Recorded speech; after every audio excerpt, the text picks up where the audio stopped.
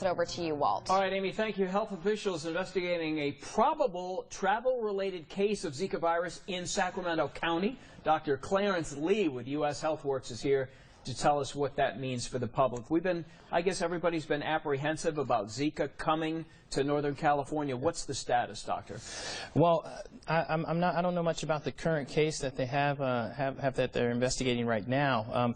But you know, Zika is spread through mosquitoes, and the mosquitoes that actually carry the virus haven't been found in this area. So this one case, it's not to alarm the public. There's not much risk for people here in the area currently, but they're still doing investigations. But you know how the public is, whether Absolutely. there may be 1 or 2 cases of Ebola in Texas, yes, and everybody's talking about it here. Of course, this was a while back. Yes. What can people do to protect themselves? Should it be completely spray yourself with mosquito repellent, with DEET? Yes, so absolutely. When you go to the store and you're purchasing your mosquito repellent, just make sure it's EPA approved, and just making sure you're covering yourself when you're out. The best way to do that is just to have long sleeves, you know, pants on when you're outside to cover yourself, especially during dusk and dawn. You know, when the light's kind of coming in, that's when the mosquitoes really start to attack. As we go through summer, is this going to be more of a concern in terms of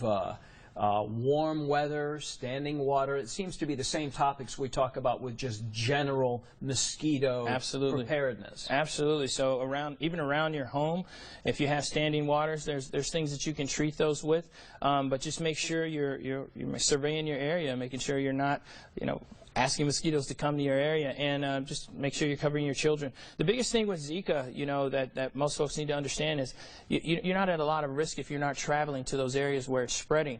And we're really concerned about specifically pregnant women that are traveling to areas where Zika is spreading. So that's Central America and South America. What about just pregnant women in Sacramento County who are not traveling now that there is a possibility of 1 case? Not much risk. So there has been some human-to-human transmission. It can be transmitted sexually. So for men, specifically men that have traveled to areas that are Zika prevalent, when they come back, if they are having sex, just make sure they're using condoms. But that's the gist of it. That's the message that we want to get out. A man that travels to that area, make sure you're using condoms when you come back.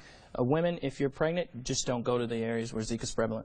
Is there a test to find out if there are laboratory tests where you can test if you have symptoms of Zika and you've traveled to those areas. So not everybody go to the doc if you have flu symptoms. If you've traveled to those areas, you have flu symptoms, fever, general aches, things like that, there are tests that can confirm it.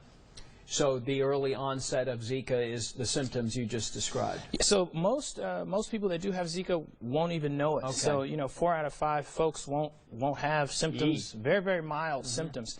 But the symptoms are fever, headaches, joint pain, things like that. Very normal symptoms. Yeah. You know. Okay, Dr. Clarence Lee, Thank U.S. HealthWorks. Always good to see you, doctor. Thanks. Amy, back over to you. All right, thank you, gentlemen. Still to come.